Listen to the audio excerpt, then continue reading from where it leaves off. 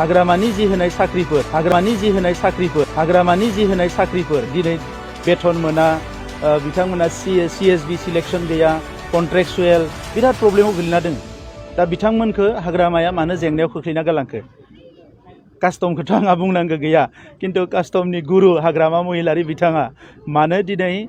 बेबायदि जेंनायाव खोख्लैना गालांखो साख्रिखौ हो साख्रि मोजां हो जों दा साख्रि होदों रावबो जेंनायाव गोग्लैनाय नङा 3,000निख्रुइ बांसिन साख्रि होबाय रेगुलार 99खौ थाखा लायै लायै बिसोरखौ फेसेवना दोननाय बायदि खालामदोंमोन बे 99खौ जोङो आथाना फैसा लायालासिनो बे बोराय बैसोनि मानसिफोरखौ जों साख्रिखौ होजोब्बाय आरो टेट पास खालामनायफोरखौ बिथांमोना गारना दोन्दोंमोन 6 मान्थ टेट होनानै बिसोरखौबो जों रेगुलार खालामबाय स' दिनै BPF बा जिपिनि गुन्दुगलखौ खालामलांबाय बेखौ दिनै जों थिग खालामगासिनो दङ मानो हारिनि सार्थ समाजनि सार्थ ओनसोलनि सार्थ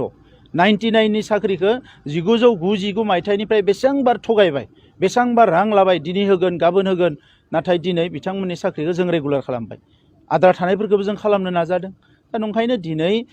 मानसिया खुगा दोङो होनना जानला मोनला बुंनो मोना आगोलनि पाप बिथांमोना मावलांनाय पापखौनो जों दायो सुगासिनो दोङो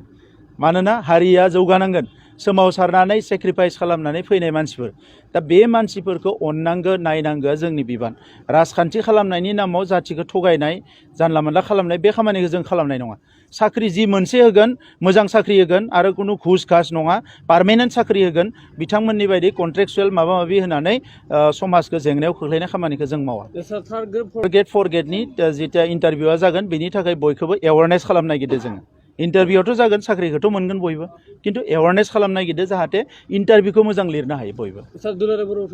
ओंखायनो जोङो नाजागासिनो दङ बेखौ दफाफोरखौ मावफुंनांगौ भारत सरकार आसाम सरकार बयनिबो कमिटमेन्ट जोंनिबो कमिटमेन्ट बियो दुलाराय बर' फरायसा आफाद UPPL NDBनिबो कमिटमेन्ट दा बेखौनो लानानै जों खामानि मावगासिनो दं